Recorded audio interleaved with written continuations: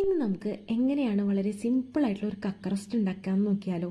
തൃശ്ശൂർ സ്റ്റൈലിലെ നമ്മൾ കുത്തിക്കാച്ചില്ലേ കറികളൊക്കെ, അതേ സ്റ്റൈൽ തന്നെയാണോ. നമുക്ക് കുറച്ച് കക്ക നന്നായിട്ട് വൃത്തിയായി കഴുകി ക്ലീൻ ചെയ്തെടുക്കാം. ഏകദേശം 1/2 കിലോനോളം കക്കയാണ് ഞാൻ ക്ലീൻ ചെയ്തെടുത്തിട്ടുള്ളത്. ഇനി നമുക്ക് ഒരു ചീനച്ചട്ടിയിലേക്ക് ആവശ്യത്തിലധികം വെളിച്ചെണ്ണ ഒഴിച്ചു കൊടുക്കാം. അതിനുശേഷം നമ്മൾ കുത്തിക്കാച്ചാനായിട്ട് വെളുത്തുള്ളിയും ചുവന്നുള്ളിയാണ് കൂടുതലായിട്ട് ഉപയോഗിക്കാറുള്ളത്. ഇനിയിപ്പോൾ വെളുത്തുള്ളിയും ചുവന്നുള്ളിയും ഞാൻ 5-6 എടുത്തിട്ടുള്ളത്. ക്വാണ്ടിറ്റി കുറച്ചും കൂടി കൂട്ടി കൊടുക്കുകയാണെങ്കിൽ ഒന്നും കൂടി ടേസ്റ്റ് ഉണ്ടാവും. പിന്നെ നമുക്ക് ഒഴിച്ചു കൂടാൻ പറ്റാത്തത് കറിവേപ്പിലയാണ്. ഇതൊക്കെ നല്ല ചൂടായിട്ടുള്ള വെളിച്ചെണ്ണയിലേക്ക് ഇട്ട് കൊടുക്കുക. നല്ല രീതിയിലൊന്ന് മൂപ്പിച്ചെടുക്കുക കേട്ടോ. നമ്മൾ സാധാരണ തൃശ്ശൂർ ഭാഷയിൽ പരിപ്പ് കുത്തിക്കാച്ചെന്നൊക്കെ പറയില്ലേ, അതേ സംഭവം തന്നെയാണ് കേട്ടോ ഇതിൽ നമ്മൾ ചെയ്യുന്നത്. നന്നായിട്ട് അതൊരു മൂത്ത മണമൊക്കെ വരുന്ന സമയത്ത് തന്നെ നമുക്കിതിലേക്ക് കുറച്ച് ചതച്ച മുളക് കൂടി ചേർത്ത് കൊടുക്കാം. എരിവിന് ആവശ്യമായത് വേണം ചേർത്ത് കൊടുക്കാനായിട്ട്. ഞാൻ ഏകദേശം 1.5 ടീസ്പൂണോളം ചേർത്ത് കൊടുത്തിട്ടുണ്ട്. വീണ്ടും നന്നായിട്ടൊന്ന് മൂപ്പിച്ചെടുക്കുക. നല്ല രീതിയിൽ മൂത്ത ആ ഒരു സ്മെല്ലൊക്കെ മൂക്കിലേക്ക് അടിക്കാനായിട്ട് തുടങ്ങും. ഇനി നമുക്ക് മറ്റൊന്നും ചെയ്യാനില്ല. നമ്മൾ കഴുകി വൃത്തിയാക്കി ക്ലീൻ ചെയ്ത് വെച്ചിട്ടുള്ള കക്ക നമുക്ക് ആഡ് ചെയ്ത് കൊടുക്കാം കേട്ടോ.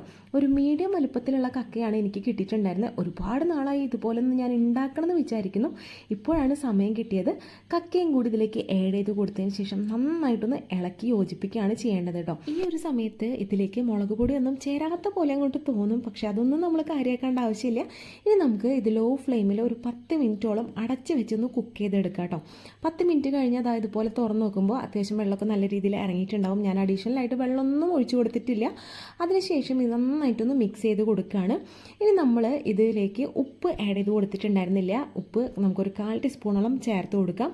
അതുപോലെ തന്നെ നമുക്ക് ഏറ്റവും കൂടുതൽ ഫ്ലേവർ കൊടുക്കുന്നതാണ് പെരിഞ്ജീരകം പൊടിച്ചതും അതുപോലെ തന്നെ കുരുമുളകിൻ്റെ ഫ്ലേവറും നല്ലതാണ്. അപ്പോൾ കുരുമുളകും പെരിഞ്ജീരകവും കൂടി പൊടിച്ചതാണ് ഇപ്പോൾ ചേർത്ത് കൊടുക്കുന്നത്. ഇനി ഇതെല്ലാം കൂടി നന്നായിട്ടൊന്ന് മിക്സ് ചെയ്ത് കൊടുക്കുകയാണ് കേട്ടോ. ഈ ഒരു റെസിപ്പി പറഞ്ഞത് നമ്മുടെ വീടിനടുത്തുള്ള ധന്യേച്ചിയാണ്. ധന്യേച്ചി കുറേ നാളുകൾക്ക് മുന്നേ പറഞ്ഞെന്താണ്, ഞങ്ങൾ ഇടയ്ക്ക് ഇതൊക്കെ ഉണ്ടാക്കാറുണ്ട്. അപ്പോൾ എന്തായാലും ഇത്തവണ കക്ക റോസ്റ്റ് കിട്ടിയപ്പോൾ വളരെ സിമ്പിളായിട്ട് ചെയ്യാൻ പറ്റുന്ന മെത്തേഡ് കാണിച്ചു തരാമെന്ന് വിചാരിച്ചു. നമ്മൾ കൂടുതലായിട്ടും മസാലയും ഗ്രേവിയൊക്കെ ആക്കി കുറേ കഷ്ടപ്പെട്ടിട്ടൊക്കെയല്ലേ ചെയ്യാറുള്ളത്. ഇങ്ങനെയൊന്ന് നിങ്ങൾ ഒരു പ്രാവശ്യം ട്രൈ ചെയ്ത് നോക്കൂ കേട്ടോ. വളരെ സിമ്പിളാണ്. പക്ഷെ കുറച്ച് നേരം ഇതുപോലെ നമ്മൾ ലോ ഫ്ലെയിമിൽ ഇട്ടിട്ട് നന്നായിട്ട് ഇങ്ങനെ മുരിയിച്ചെടുക്കണം കേട്ടോ. അപ്പോഴാണ് അതിൻ്റെ ആ ഒരു കറക്റ്റ് ടേസ്റ്റ് കിട്ടുള്ളൂ. ഇനി നാളികേരക്കൊത്തൊക്കെ ചേർത്ത് കൊടുക്കണം എന്നുണ്ടെങ്കിൽ ചേർത്ത് കൊടുക്കാം. ഞാനതൊന്നും ചേർത്തിട്ടില്ല. അല്ലാണ്ട് തന്നെ കിട്ടില്ല ടേസ്റ്റാണ്.